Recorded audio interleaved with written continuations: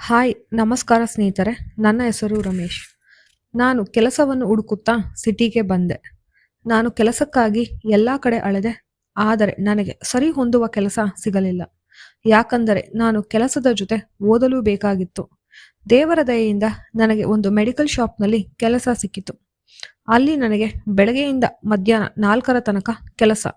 ಸಂಜೆ 5 ಗಂಟೆಗೆ ನಾನು ಓದಲು ಕಾಲೇಜಿಗೆ ಸೇರಿದೆ.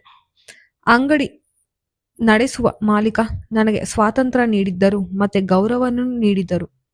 ಅವರಿಗೆ ಇದೊಂದೇ ಅಂಗಡಿ ಇರಲಿಲ್ಲ, 2-3 ಅಂಗಡಿ ಇರುತ್ತದೆ. ಆದರೆ ನಾನು ಸೇರಿದ ಅಂಗಡಿ ಅವರ ಮನೆಗೆ ಹತ್ರ ಆಗಿದ್ದರಿಂದ ಅವರ ಹೆಂಡತಿ ನೋಡಿಕೊಳ್ಳುತ್ತಿದ್ದರು ಮತ್ತು ಬೇರೆ ಅಂಗಡಿಯನ್ನು ನೋಡಿಕೊಳ್ಳಲು ಅವರು ಹೋಗುತ್ತಿದ್ದರು. ನಾನಿನ್ನೂ ಓದುವ ಹುಡುಗ ಎಂದು ನನಗೆ ಹೆಚ್ಚಾಗಿ ಕೆಲಸ ಹೇಳುತ್ತಿರಲಿಲ್ಲ. ನಾನು ಸಂಜೆಗೆ ಓದಿಕೊಳ್ಳುತ್ತಿದ್ದೆ ಮತ್ತು ಬರೆಯುತ್ತಿದ್ದೆ. ಕೆಲಸ ಹೀಗೆ ಚೆನ್ನಾಗಿ ನಡೆಯುತ್ತಿತ್ತು. ನನಗೆ ಊಟ ತಿಂಡಿ ಮತ್ತು ಇರುವುದಕ್ಕೆ ಯಾವುದೇ ಕೊರತೆಯನ್ನು ಎದುರಿಸಲಿಲ್ಲ.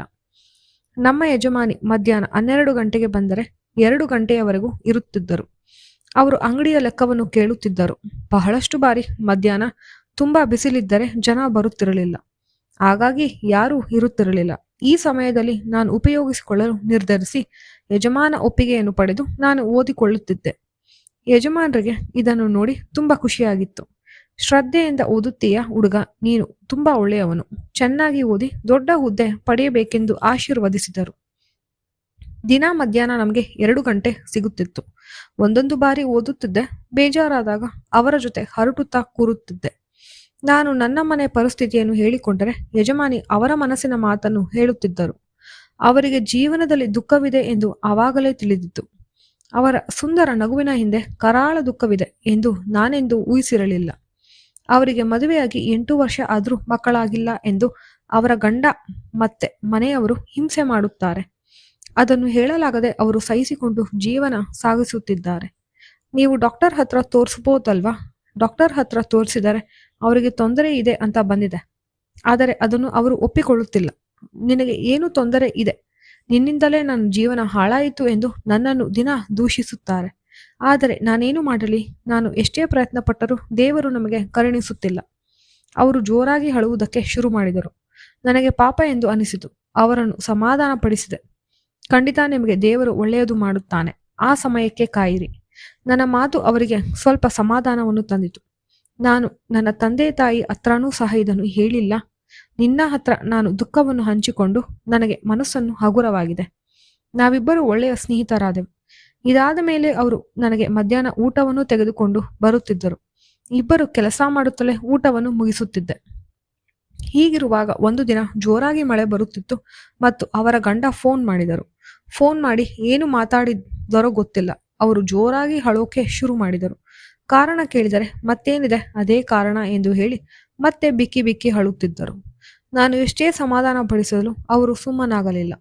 ಇಲ್ಲ, ಇದು ದೇವರು ಸರಿ ಮಾಡಲು ಸಾಧ್ಯವಿಲ್ಲ, ನಾನೇ ಸರಿ ಮಾಡಿಕೊಳ್ಳಬೇಕು. ಹೇಗೆ ಸರಿ ಮಾಡಿಕೊಳ್ಳುತ್ತೀರಾ? ನೀನು ಸಹಾಯ ಮಾಡಿದರೆ ನಾನು ಖಂಡಿತ ಸರಿ ಮಾಡಿಕೊಳ್ಳಬಹುದು. ನೋಡು, ದೇವರು ನಮಗೆ ಕೊಡಲಿಲ್ಲ ಅಂದರೆ ನಾವೇ ಪಡೆಯಬೇಕು. ನೋಡಿ, ನನಗೆ ನಿಮ್ಮ ಹುಡುಗನ ಮರೆತು ಅರ್ಥ ಆಗ್ತಿಲ್ಲ, ಸ್ಪಷ್ಟವಾಗಿ ಹೇಳಿ. ಅವರು ನನಗೆ ಮಗುವನ್ನು ಕರುಣಿಸುವ ವ್ಯಕ್ತಿಯನ್ನು ದೇವರು ನನಗೆ ನೀಡಿದ್ದಾನೆ. ಆ ವ್ಯಕ್ತಿ ಒಪ್ಪಬೇಕು ಅಷ್ಟೆ. ಹೌದೇ? ಯಾರದು? ಅವರು ನನ್ನ ಕಡೆ ದೃಷ್ಟಿ ಮಾಡಿ ನೋಡುತ್ತಿದ್ದರು. ಅವರ ನೋಟದಿಂದ ನನಗೆ ಅರ್ಥವಾಯಿತು. ಇಲ್ಲ, ಇದು ಖಂಡಿತ ಸಾಧ್ಯವಿಲ್ಲ. ಇಲ್ಲ, ದಯವಿಟ್ಟು ರಮೇಶ್, ನಿರ್ಧಾರ ನಿನ್ನ ಕೈಯಲ್ಲಿ ಇದೆ. ನಾನು ಬಲವಂತ ಮಾಡಲ್ಲ. ಇಷ್ಟನ್ನು ಹೇಳಿ ಅವರು ಸುಮ್ಮನಾದರು. ಮತ್ತೆ ಅವರ ಬಗ್ಗೆ ಮಾತನಾಡಲಿಲ್ಲ. ಸುಮಾರು ದಿನಗಳು ಕಳೆದ ಮೇಲೆ ಯಜಮಾನನ ಸ್ಥಿತಿ ಹದಗೆಡುತ್ತಿತ್ತು. ಅವರು ದುಃಖದಲ್ಲಿ ಇರುತ್ತಿದ್ದರು. ನನಗೆ ಅದನ್ನು ನೋಡಿಕೊಳ್ಳಲು ಆಗಲಿಲ್ಲ.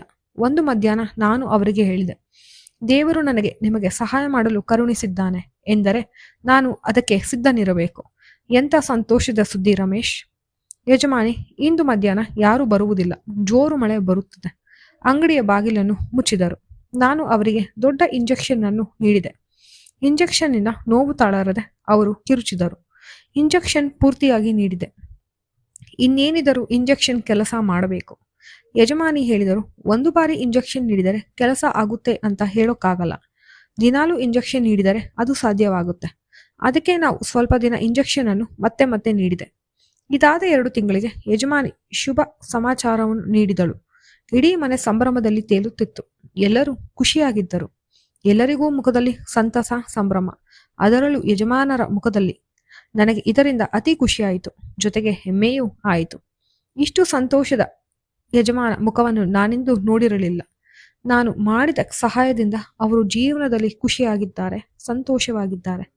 ಹೌದು ಸ್ನೇಹಿತರೆ, ನಾನು ಮಾಡಿದ ಒಂದು ಸಹಾಯ ಅವರ ಜೀವನದ ಖುಷಿಯನ್ನು ನೀಡಿತು, ಸಂತೋಷದ ಸಡಗರದಲ್ಲಿ ತೇಲುವಂತೆ ಮಾಡಿತು. ನಾವು ಯಾವಾಗಲೂ ಇನ್ನೊಬ್ಬರಿಗೆ ಸಹಾಯವನ್ನೇ ಮಾಡಬೇಕು. ಇದರಿಂದ ಇಬ್ಬರಿಗೂ ಒಳ್ಳೆಯದು ಆಗುತ್ತದೆ. ಈ ಕತೆ ನಿಮಗೆ ಇಷ್ಟವಾದರೆ ದಯವಿಟ್ಟು ವಿಡಿಯೋಗೆ ಲೈಕ್ ಕೊಡಿ, ಚಾನೆಲ್ಗೆ ಸಬ್ಸ್ಕ್ರೈಬ್ ಮಾಡಿ. ಧನ್ಯವಾದಗಳು.